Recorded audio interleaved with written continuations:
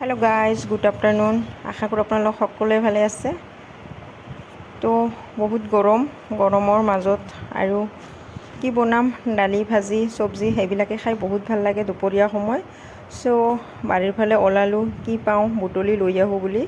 আৰু ইপিনে আহি চাওঁ আমাৰ বেঙেনা গছকেইটাত বহুত ধুনীয়াকৈ বেঙেনা লাগিছে আৰু এতিয়াও বহুত সৰু সৰু হৈ আছে, যদিও এটা ডাঙৰ পালোঁ ছিঙি ল'লোঁ। তাকে বোলে বৰা ভাজি খাব লাগিব। ইপিনে পুদিনা ছিঙি ল'লোঁ, পুদিনাৰ চাটনি বনাম। আৰু সেইপিনে গছৰে জলকীয়া লাগি আছে, তাকে অলপ ছিঙি ল'লোঁ।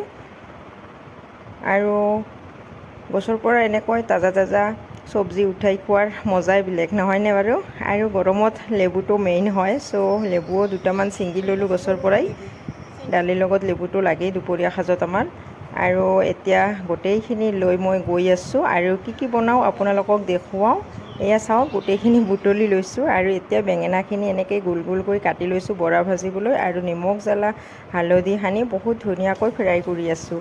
আৰু এয়া চাওকচোন গছৰ বেঙেনা যিহেতু সাৰ নিদিয়া বহুত ধুনীয়াকৈ গলি গৈছে বেঙেনাৰ বৰাকেইটা। আৰু এনেকৈয়ে মই বেচন নিদিয়াকৈ বেঙেনা বৰা ভাজি খাই বিৰাট ভাল পাওঁ। আপোনালোকে বাৰু বেচন দি বেছি ভাল পায় নেকি? কমেণ্ট কৰি জনাবচোন।